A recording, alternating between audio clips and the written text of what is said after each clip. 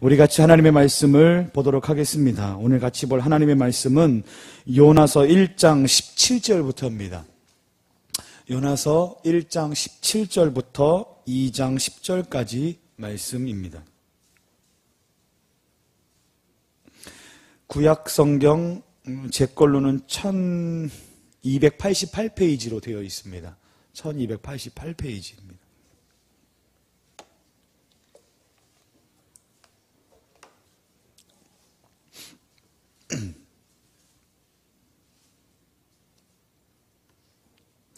다 찾으신 줄 알고 제가 한 절, 여러분들이 한 절 함께 교독하며 읽도록 하겠습니다. 여호와께서 이미 큰 물고기를 예비하사 요나를 삼키게 하셨으므로 요나가 밤낮 3일을 물고기 뱃속에 있으니라.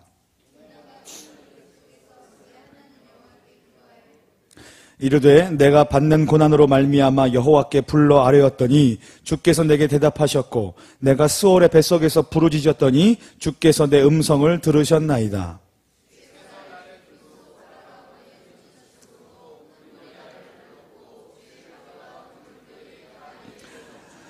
내가 말하기를 내가 주의 목전에서 쫓겨났을지라도 다시 주의 성전을 바라보겠나이다 하였나이다.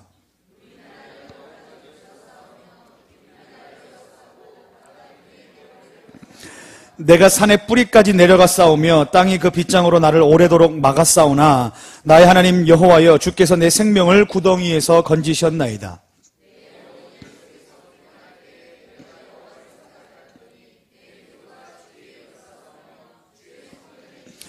거짓되고 헛된 것을 숭상하는 모든 자는 자기에게 베푸신 은혜를 버렸사오나 아멘. 같이 읽습니다. 여호와께서 그 물고기에게 말씀하시매 요나를 육지에 토하니라. 아멘. 보고 싶었습니다. 근데 볼 수 없습니다. 무슨 말인지 좀 애매하시죠? 보고 싶었습니다. 근데 볼 수가 없습니다. 저는 군대에서 사격이라는 거를 해봤습니다. 저도 군대에서 받아주더라고요. 그래서 사실 제 몸무게가 군대를 면제받는 몸무게였는데요. 그 어떤 그 대통령 후보가 아들의 병역 비리로 인해서 몸무게가 이게 늘어났습니다. 그 면제되는 게 면역이래. 면제되는 게. 저는 만약에 그분이 다시 이번 대선에 나오면 저는 뽑지 않을 겁니다. 그분 때문에 저는 현역을 가야만 했습니다. 아무튼 군인 가족이 넘쳐나고 기본 상사 이하로는 얘기도 못 꺼내는 세우신교회에서 아무튼 제가 잠깐 군대 얘기를 하겠습니다. 군대에서 저는 사격이라는 걸 했습니다. 긴 총 개머리판을 오른쪽 어깨에다가 딱 밀착시키고 사격을 연습합니다. 그리고 50m, 100m, 200m, 250m 앞에 있는 그 물체들을 맞추는 것이 사격의 기본입니다. 근데 아주 특별하게 잘하는 특등사수, 흔히 우리가 얘기하는 스나이퍼 이런 사람들을 빼놓고는 그것을 맞추는 게 쉽지 않습니다. 그런데 맞추기 전에 고려해야 될 몇 가지 사항이 있습니다. 그것이 뭐냐면 호흡입니다. 이렇게 들쑥날쑥하면 안 되고요. 호흡을 한번 길게 들여마시고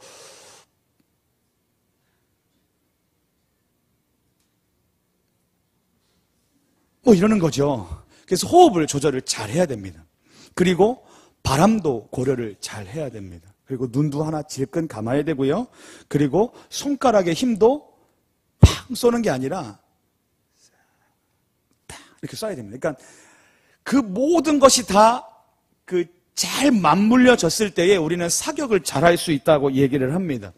그래서 군인들은 총 위에다가 바둑알도 놓고 연습도 하고요. 호흡도 멈춰가면서 연습도 하고 쪼그려 앉아, 엎드려 싸, 그리고 누워, 무릎 꿇어 앉아. 하여튼 여러 가지 자세로 계속해서 총 쏘는 연습을 합니다. 그렇게 하면 총을 잘 쏠 수 있습니다. 그래서 누구나 사격 잘하는 사람으로 만들어질 수 있습니다. 그런데 이것이 없어지면 다 꽝이 되고 맙니다. 그것이 뭐냐면 하늘에 해가 없어지면 그것은 다 무용지물이 되고 말아버립니다. 해가 지고 세상이 온통 캄캄해지고 달빛도 없는 그런 세상 가운데서 총을 들고 목표를 맞추기는 쉽지 않습니다. 호흡을 아무리 조절하고 바람을 아무리 가늠하고 손가락의 힘을 아무리 조절을 해도 목표물을 맞추는 것은 쉽지 않습니다. 왜냐하면 캄캄해서 아무것도 보이지 않기 때문에 그렇습니다. 총의 가늠쇠에 자기의 눈을 딱 대고 아무리 보려고 노력을 해도 이게 사람인지 물체인지 아니면 내 눈에 그냥 스쳐 지나가는 뭔가 먼지 같은 것인지 날파리인지 구분이 되진 않습니다. 왜냐하면 주간과 달리 빛이 없어졌기 때문입니다. 어두움이라는 것이 지금 그 사격하는 사람에게는 장애물로 존재하고 있습니다. 그래서 어두움은 사격하는 사람들에게는 쥐약입니다. 근데 그 어두움을 극복하기 위해 사람들은 갖가지 방법을 고안해냈습니다. 그래서 만들어낸 게 무엇이냐 하면 야간 투시경이라는 겁니다. 왜 영화에서 보면 헬멧에 탁 이렇게 밑으로 내려당기면 눈앞에 이만한 망원경처럼 되어 있는 것 있지 않습니까? 그러면 이것을 딱 내려 쓰기 시작하면 세상이 갑자기 캄캄한 세상에서 초록색 화면으로 바뀝니다. 그리고 빛이 들어오기 시작하는 거지요. 그러니까 세상에 있는 아주 작은 빛들, 별빛, 달빛, 그러니까 세상에 사람들이 인식하지 못할 만한 그 작은 빛들을 이 기계가 다 끌어모읍니다. 그래서 증폭을 시켜서 세상을 밝게 만들어주고 그것으로 인해서 캄캄한 세상 가운데서도 총을 쏴서 관역을 마칠 수 있는 역할들을 해줍니다. 저는 군대 생활을 이쪽 그 헤이리에서 했습니다. 오두산 통일전망대에서 근무를 했는데요. 왜 자유로에 이렇게 초소들 하나씩 있고 군인들이 이렇게 서 있지 않습니까? 제가 거기에 이렇게 서 있었습니다.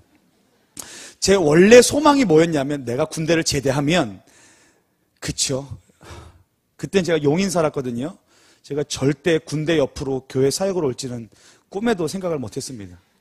다시는 내가 문산 땅을 밟나봐라. 내가 다시는 파주 땅에 오나봐라. 이랬는데 하여튼간 다시 오게 됐습니다. 파주에 와서, 아니죠. 군대에서, 파주에 와서 나중에, 군대에서 이것을 쓰고 왜 세상을 지켜야 되는 거 아닙니까? 그러니까 적이 넘어오나 마나 지켜야 되는 거 아닙니까?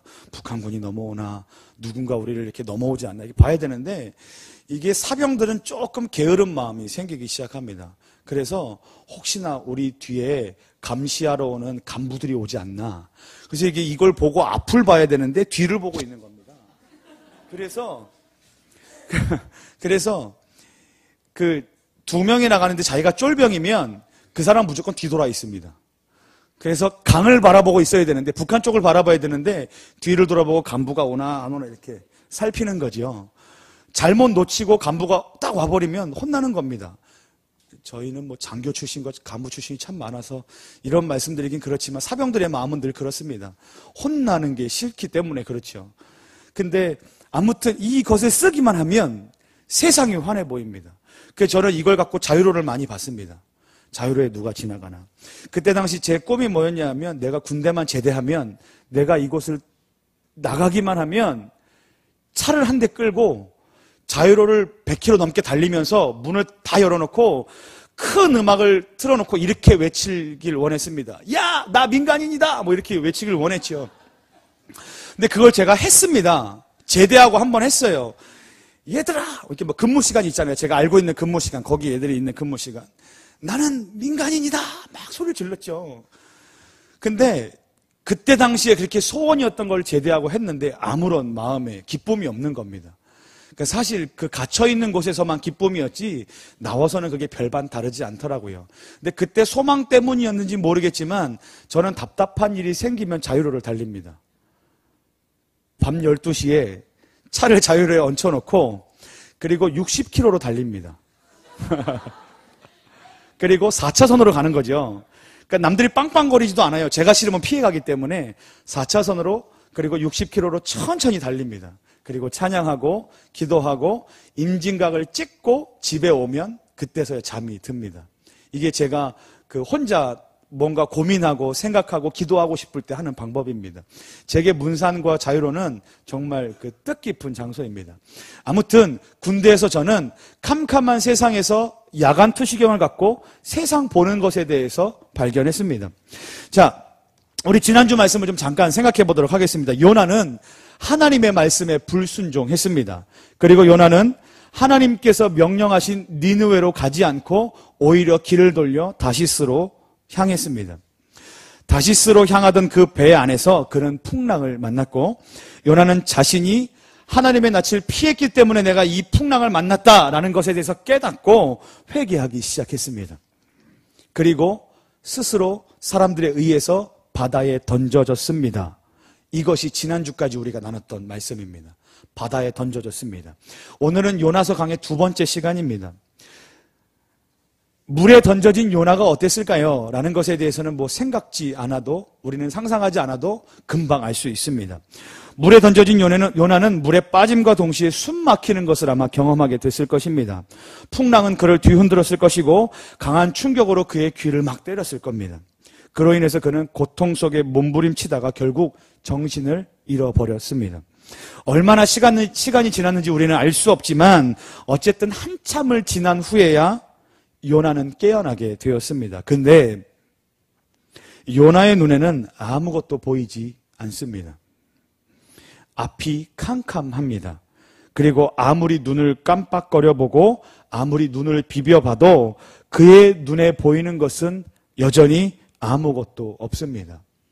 혹 이상하게 되진 않았을까 생각하며 자신의 손을 자기의 눈앞으로 가져다 봤지만 그래도 자신의 손이 자기 눈에 보이지 않는 지경에 이르렀습니다.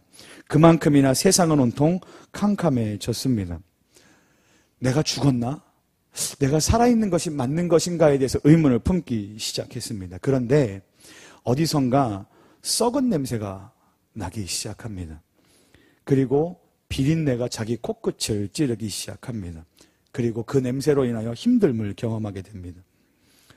발바닥과 손바닥으로 여기저기를 두들겨 봐도 온통 축축함과 물컹물컹함만 있을 뿐, 그리고 거기 누구 없어요? 라고 소리쳐 봤자 아무도 대답하지 않고 자기의 메아리만 들려올 뿐입니다.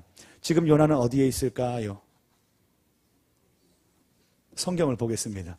요나서 1장 17절입니다. 같이 읽습니다. 요나서 1장 17절입니다. 시작.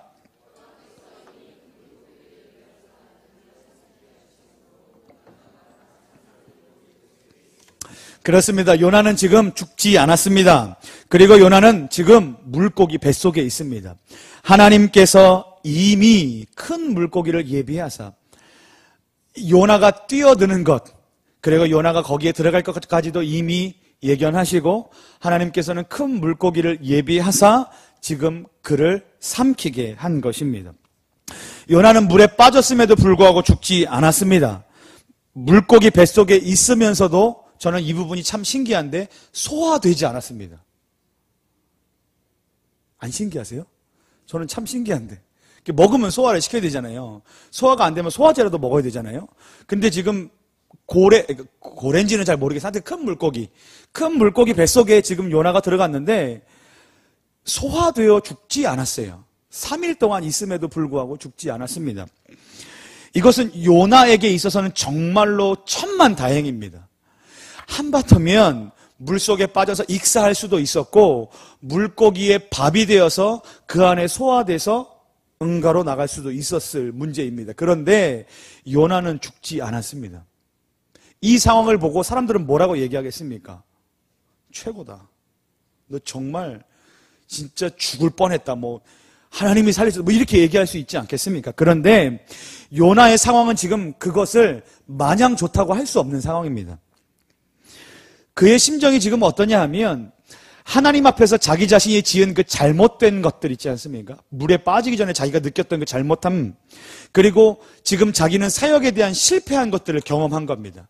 너는 니느웨로 가서 복음을 전하라 라고 했는데 그것에 대해서 지금 불순종하고 하나님의 낯을 피해서 다시스로 가고 있는 중이거든요. 그러니까 이것은 자기 스스로에게는 이미 나는 사역의 실패자라 라고 생각하고 있는 마음이 분명히 있었을 것입니다. 그런데 어찌 마냥 좋아할 수만 있겠습니까? 지금 요나의 상황은 참담함, 처참함, 실패감, 좌절감, 아마 이런 것들일 것입니다. 한마디로 얘기하면 요나의 심정은 죽겠다입니다. 와, 죽겠네. 미치겠네. 이런 거죠. 아무것도 보이지 않습니다. 발을 내딛고 싶어도 앞에 보이지 않고 손을 어디다 딛고 싶어도 자기의 손조차 보이지 않고 어디서 이상한 소리만 들려오고 그리고 냄새만 나고 죽을 것 같은 그 심정이 지금 요나에게 있다고 성경은 이야기하고 있습니다. 요나서 2장 2절 말씀을 좀 함께 보도록 하겠습니다. 제가 읽겠습니다. 한번 눈으로 따라 읽으시면 좋을 것 같습니다. 요나가 죽겠다라는 그것을 이 글들을 통하여 미루어 알 수 있는 부분들입니다. 한번 보십시오. 2장 2절에 내가 받는 고난으로 라고 되어 있습니다. 맞습니까? 그 다음에 주께서 내게 대답하셨고 내가 스올의 뱃속에서 라고 고백하고 있습니다. 2장 3절에는 나를 깊음 속 바다 가운데 던지셨다. 그리고 그 다음에 큰 물이 나를 둘렀다. 주의 파도와 큰 물결이 다 내 위에 덮쳤다 라고 이야기합니다. 4절에 보면 내가 주의 목전에서 쫓겨났다 라고 되어 있습니다. 5절에 물이 나를 내 육신만 덮은 게 아니라 영혼까지 둘렀다 라고 되어 있고 기품이 나를 에워쌌고 바다 풀이 그러니까 고래가 지금 함께 먹은 그 해초 같은 거죠. 해초 같은 것들이 지금 자기의 몸과 머리를 다 칭칭 둘러 감고 있다는 겁니다. 이것은 자기의 지금 초라함을 드러내기 시작합니다. 6절입니다. 내가 산의 뿌리까지 내려가 싸우며 산의 뿌리를 보신 적 있습니까? 하지만 산의 뿌리까지라는 것은 가장 밑바닥을 이야기합니다. 내가 산의 뿌리까지 내려가 싸우며 그 땅 밑에 갇혔는데 빗장으로 내가 나오지 못하도록 묶여있게 되었다라고 얘기합니다. 그리고 내 생명이 지금 구덩이에 처박혔다. 그리고 7절에 내 영혼이 내 속에서 피곤하다라고 되어 있습니다. 요나는 지금 자기의 상황이 죽겠다라는 것을 상당히 여러 가지 표현들로 지금 이야기하고 있습니다. 그러니까 이 중에서도 좀 그 심정을 크게 좀 드러내고 있는 특징적인 단어가 뭐냐면 내가 받는 고난, 스올의 뱃속, 깊음 속 바다 가운데 뭐 이런 단어들입니다. 성경에 보면 특히 시편을 읽으면 이런 성경 구절이 있습니다. 내가 스올에 내려가는 것처럼 내가 음부에 내려가는 것처럼 뭐 슬프다, 뭐 힘들다 뭐 이런 표현이 있습니다. 스올은 지옥을 이야기합니다. 그런데 내가 지옥에 내려가는 것처럼 내가 스올에 내려가는 것처럼 고통스럽다라는 것은 뭐냐면 내가 땅속에 묻혀있는 상태 그러니까 죽게 되면 처하게 되는 상태처럼 내 마음이 죽겠다라는 겁니다. 그러니까 내가 지금 지옥에 간다라는 게 아니라 내가 지금 죽겠다. 내가 지금 땅속에 처박힌 것 같고 세상의 아주 가장 깊은 곳 가운데 사람들과 접촉하지도 못하고 사람들이 내 존재 자체가 있는지 없는지 알 수도 없는 그런 땅 구석 깊은 곳에 처박혀 덮여 있다. 내가 죽겠다라는 것을 표현하는 것이죠. 그러니까 요나는 지금 상태가 어떠냐면 죽겠는 겁니다.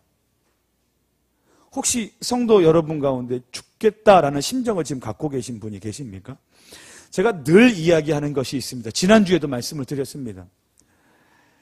아주 옛날에 아주 엄청나게 속상했던 일을 한번 기억해 보십시오. 그리고 아까 누군가가 나에게 뭐 심한 말을 해서 속상한 것을 기억해 보십시오.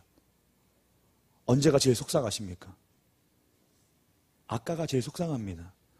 왜냐하면 고통은 지금 자기가 겪고 있는 고통이 제일 큰 겁니다. 아무리 이전에 가장 크게 힘들었을 때가 언제예요? 아무리 얘기를 많이 해도 사실 눈물을 흘리고 있는 건 지금입니다. 지금 자기 자신이 겪고 있는 그 캄캄함이 세상에서 가장 힘든 겁니다. 자기의 아버지가 지금 힘들어합니다. 그리고 내가 있습니다. 아버지의 고통이 그 마음으로 100% 다 느껴지십니까? 느껴지신다면 그건 거짓말입니다. 왜냐하면 남의 고통보다 자기의 고통이 제일 크기 때문에 그렇습니다. 네가 고3인 거 내가 이해한다. 나도 그 시절을 지내봤다. 그런 말 하지 마십시오. 나도 부모님에게 혼나봤다. 저는 부모님에게 혼나면요 무릎 꿇고 한 잔소리를 한 2시간 동안 들었던 것 같아요. 어머니한테. 그러면 왜 눈을 어디다 둬야 될지 몰라서 바닥에 한 군데만 보잖아요. 장판 모양 가운데 뭐 꽃무늬가 있으면 꽃무늬 끝에 한 군데만 보잖아요. 그러면 2시간 동안 거기만 보고 있으면 얼마나 졸리운지 아십니까? 그 고통은 아무도 모릅니다. 그건 부모님도 모를 거예요. 혼내는 부모님도 모를 거예요. 그리고 똑같이 혼남을 당하는 옆에 사람도 모를 겁니다. 왜냐하면 그 고통은 제 거기 때문에 그렇습니다. 키껏 맞는 것도 힘든데 듣는 게 얼마나 힘든지 아십니까? 2시간 동안 장판만 계속 보는 겁니다. 그러면 그 장판 꽃이 사람도 됐다가 동물도 됐다가 막 여러 가지로 계속 바뀌어요. 근데 졸리워지기 시작합니다. 제발 좀 엄마가 하는 말이 좀 끝났으면 좋겠는데 끝나질 않아요. 2시간, 3시간. 아무튼 그 고통은 나만 겪는 고통입니다. 내 친한 형이, 내 사랑하는, 저는 아직 없어서 모르겠습니다. 내 반쪽이 그것을 아파하고 경험한다 그래서 그것은 내 고통이 되지 않습니다. 물론 어느 정도 공유할 수는 있겠지요. 근데 진짜 고통은 자기 안에 있는 고통입니다. 그리고 진짜 고통은 지금 겪는 고통입니다. 그런데 지금 요나는 자기 혼자, 자기 스스로 지금 현재 그 고통을 몸으로 다 받아내고 있습니다. 그러면 뭘 해야만 하겠습니까? 죽겠다. 어떻게 해볼 방법이 없다. 이제 물고기 뱃속에 있는 게 자기 스스로 깨달아졌으니까 뭔가 해내야 되는데 뭘 하겠습니까? 막 간지러가지고 토해야 되겠어요. 저는 참, 이게 물고기 뱃속이 전 너무 재밌어요, 지금. 왜냐하면 소화되지 않았다는 자체가 너무 지금 신기한 겁니다. 근데 그 뱃속 안에서 뭔가를 지금 한다고 해보세요. 그것이 자기 뜻대로 이루어지겠습니까? 그러니까 지금 아무것도 할 수 없는 그 상황 가운데서 요나가 할 수 있는 것은 무엇이 있겠습니까? 없죠. 그럼 요나가 뭘 택해야 되겠습니까? 죽어야죠. 죽겠다라는 고통을 느끼고 그 죽음을 헤쳐나갈 수 있는 아무런 능력이 자기에게 없으면 그 죽음을 몸으로 다 받아내야죠. 그래서 요나는 죽어야만 하는 겁니다. 아무런 살 이유가 없습니다. 앞이 캄캄하고 실패했고 물고기 뱃속에서 어떻게 해볼 도리가 없습니다. 근데 요나가 어떻게 됐습니까? 요나서 2장 10절 말씀을 함께 보겠습니다. 요나서 2장 10절입니다. 2장 10절 말씀입니다. 함께 있습니다. 시작.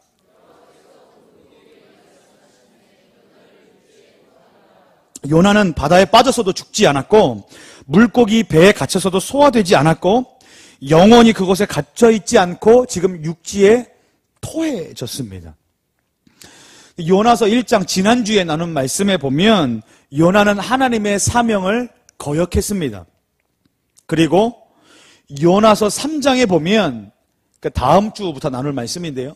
요나서 3장에 보면 요나는 그 미완성, 그러니까 거부했던 그 사역을 완수했습니다.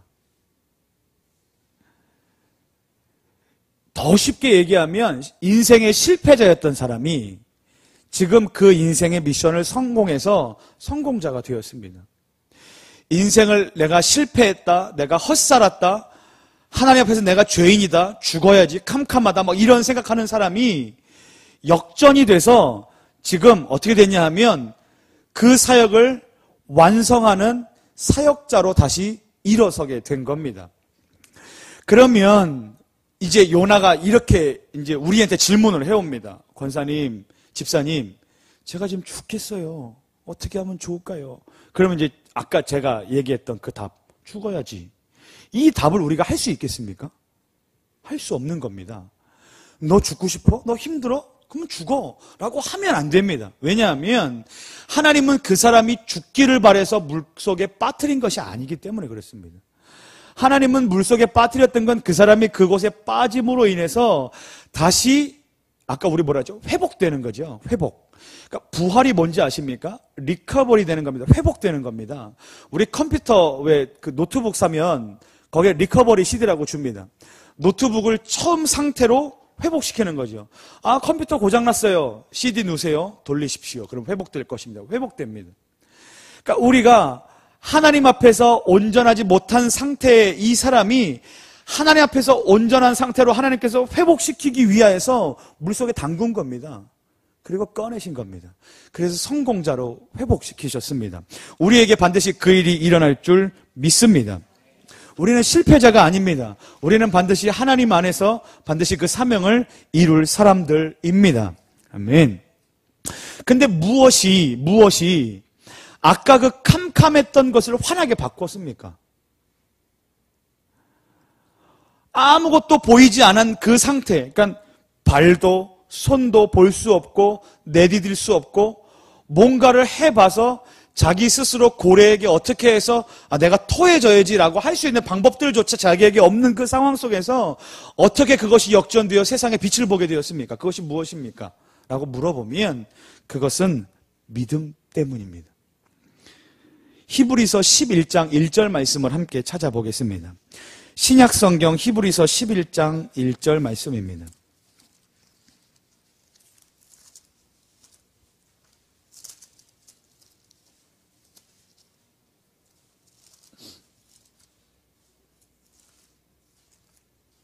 (11장 1절) 말씀입니다. 함께 읽습니다. 시작. 아무것도 보이지 않습니다. 어떻게 해볼 방법이 보이지 않습니다. 자녀들은 예언할 것이요, 청년들은 환상을 보고 아비들은 꿈을 꾸리라. 쉬운 일입니까? 그렇지 않습니다. 인간의 상식으로는 일어날 수 없는 일들입니다. 그런데 성령님께서 일하시면 우리 가운데 그 일이 일어난다고 성경은 말하고 있습니다. 캄캄합니다. 죽어야지요. 그것이 우리의 답이 아닙니다. 캄캄합니다. 죽을지도 모릅니다. 숨이 막혀오기 시작합니다. 그때 눈을 들어 하나님을 보십시오. 요나는 하나님의 얼굴을 피하던 사람이었습니다. 성경에 보면 여호와 하나님의 낯을 피한 사람이라고 요나서 1장에 계속해서 그렇게 고백하고 있습니다. 자기의 기쁨과 하나님의 기쁨이 충돌하면 하나님의 기쁨 따위는 내던지고 자기의 기쁨만 선택하는 사람이었습니다. 캄캄함 속에서, 지독히도 캄캄함 속에서 외로움을 경험하던 사람이었습니다. 그런데 그 요나가 믿음의 눈으로 하나님의 얼굴을 보기 시작합니다. 요나서 2장 4절부터 다시 한번 좀 보겠습니다. 아까 왜 제가 이렇게 이야기했던 적 있지 않습니까? 가장 고통스러운 순간을 요나가 어떻게 표현했는가? 2장 2절에 보면 내가 받는 고난 이렇게 쭉 얘기하지 않습니까? 그 다음 구절들을 한번 잘 보십시오. 2장 4절부터입니다. 내가 말하기를 내가 주의 목전에서 쫓겨났다라고 이야기합니다. 그죠? 내가 주의 목전에서 쫓겨났을지라도 다시 주의 성전을 바라보겠나이다. 이게 요나의 고백입니다. 내가 실패자인 것 같고 하나님에게 버림받은 것 같은 그 순간에도 내가 다시 내 의지로 하여금 하나님의 성전과 하나님의 얼굴을 바라보겠습니다 라고 했던 요나의 고백이 드러납니다. 그리고 2장 6절에 보면 내가 산의 뿌리까지 내려가 싸우며 땅이 그 빗장으로 나를 오래도록 막았다. 그러나 나의 하나님 여호와여 주께서 내 생명을 어디서요? 구덩이에서 건져내셨다. 2장 7절에 내 영혼이 내 속에 피곤할 그때에도 내가 이제는 죽음을 생각하지 않고 여호와를 생각하였더니 내 기도가 주께 이르렀사오며 주의 성전에 미쳤나이다. 그리고 2장 8절에 보면 그러니까 악인들에 대해서 이야기합니다. 거짓되고 헛된 것을 숭상하는 모든 사람, 그러니까 한마디로 악인들은 하나님께서 베푸신 그 은혜를 헌신짝처럼 다 버렸으나 2장 9절에 나는 감사하는 목소리로 주께 제사를 드리며 나의 소원을 주께 갚겠나이다. 구원은 여호와께 속했나이다. 아멘. 요나는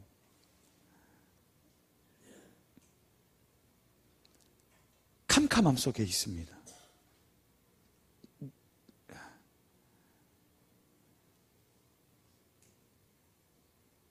죽고 싶었던 적 있으십니까? 살기 싫은 겁니다. 그냥 잠들고 싶습니다. 그리고 영영 깨어나고 싶지 않습니다. 그 순간이 찾아올 때 정말 죽겠더라고요. 그러니까 제 방에 바로 베란다가 있거든요. 방바닥에 누워서 한없이 울고 있는 겁니다. 근데 저걸 열고 한번 나가볼까? 그럴 마음이 사역자에게도 생길 때가 있습니다. 왜냐하면 그 어떤 것인가에 대한 고통이 내가 견디기 힘들만 하기 때문에 그렇습니다. 아, 내가 실패했나? 아, 내가 버림받았구나. 하나님이 더 이상 나 같은 사람은 사용하지도 않으실 거야. 하나님이 나는 돌보시지도 않을 거야. 뭐 누가 나를 주목하겠어? 그러면 끝내지.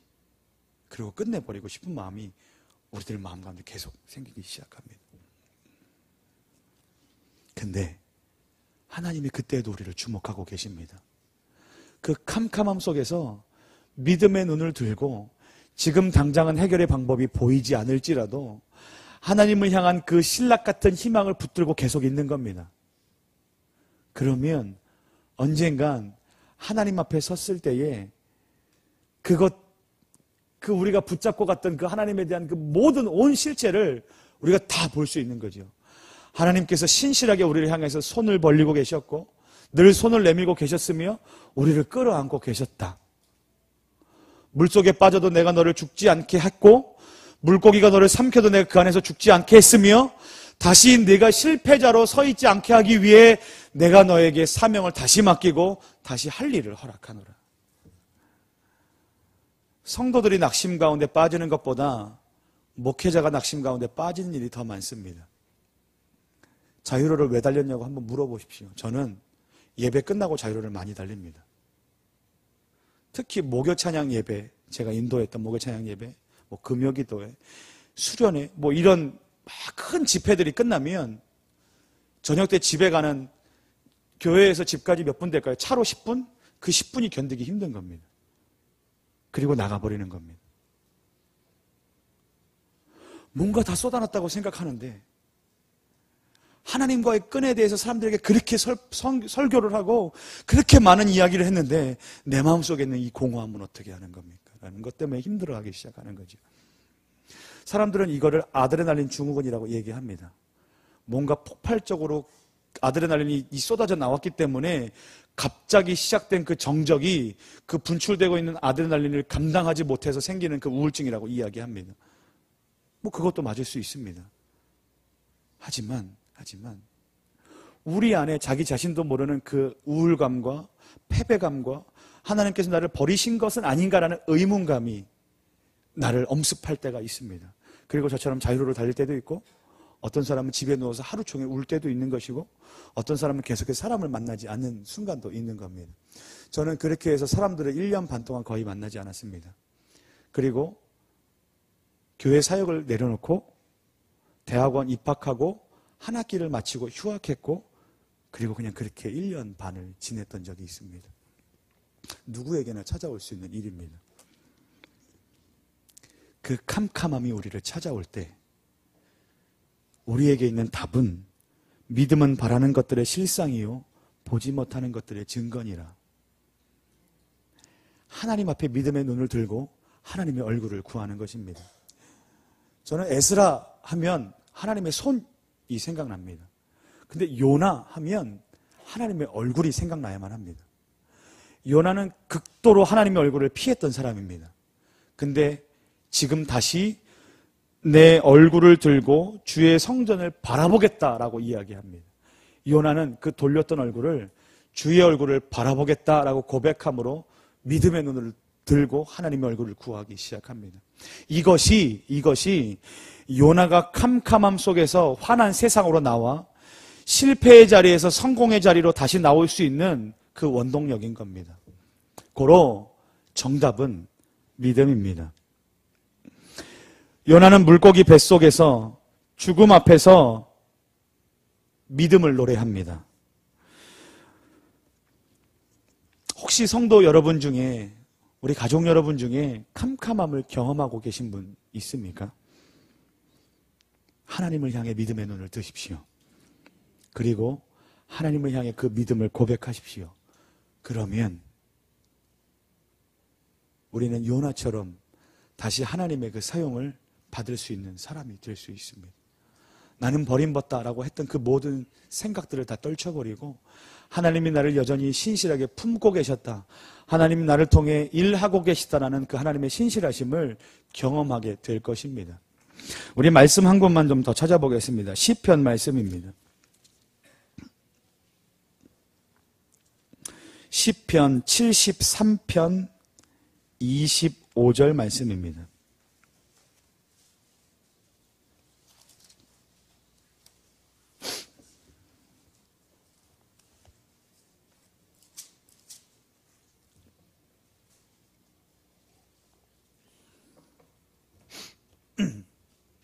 (73편) 25절부터 함께 보도록 하겠습니다. 같이 읽습니다. 시작. 하늘에서는 주 외에 누가 내게 있으리요, 땅에서는 주밖에 내가 사모할 이 없나이다. 내 육체와 마음은 쇠약하나 하나님은 내 마음의 반석이시요 영원한 분깃이시라. 무릇 주를 멀리하는 자는 망하리니 음녀같이 주를 떠난 자를 주께서 다 멸하셨나이다. 하나님께 가까이함이 내게 복이라.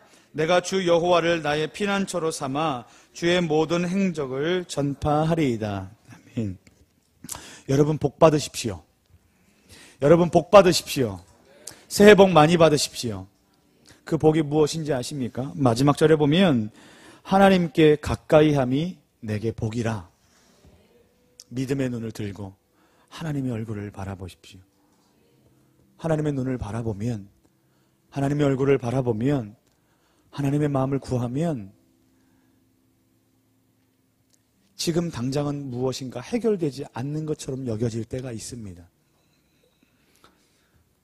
그것은 유보된 기쁨입니다.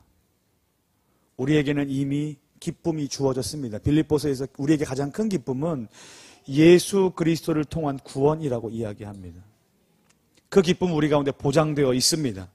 근데 그 기쁨이 우리 가운데 날마다 느껴지지 않을 때가 있죠. 아, 예수님 때문에 내가 행복해. 거짓말하지 마세요.